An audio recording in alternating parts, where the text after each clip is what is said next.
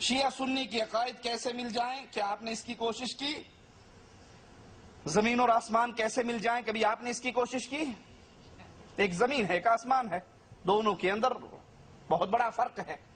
ایک وہ ہے جو کہتے ہیں اللہ اکیلا ہے، ایک وہ ہے جو کہتے ہیں اللہ اکیلا ہے، ایک وہ ہے جو کہتے ہیں کہ اللہ اور علی میں اتنا ہی فرق ہے جتنا آدمی شیشے کے سامنے کھڑا ہو اسے شیشے میں اپنا عکس نظر آئے، ادھر اللہ ہے اور ادھر علی اس کا عکس ہے۔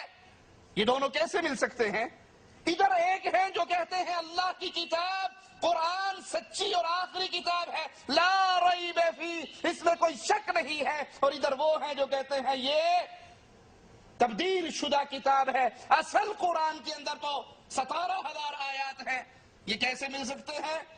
ادھر ایک ہے جو کہتے ہیں نبی کے صحابہ کائنات کی افضل ترین ہستیے ہیں، اور ادھر ایک ہے جو کہتے ہیں کہ نبی کی وفات کے بعد سوائے 3 کے نعوذ باللہ یا 4 کے یا ایک روایت میں 7 کے سارے کافر اور مرتد ہو گئے تھے۔ یہ کیسے مل سکتے ہیں؟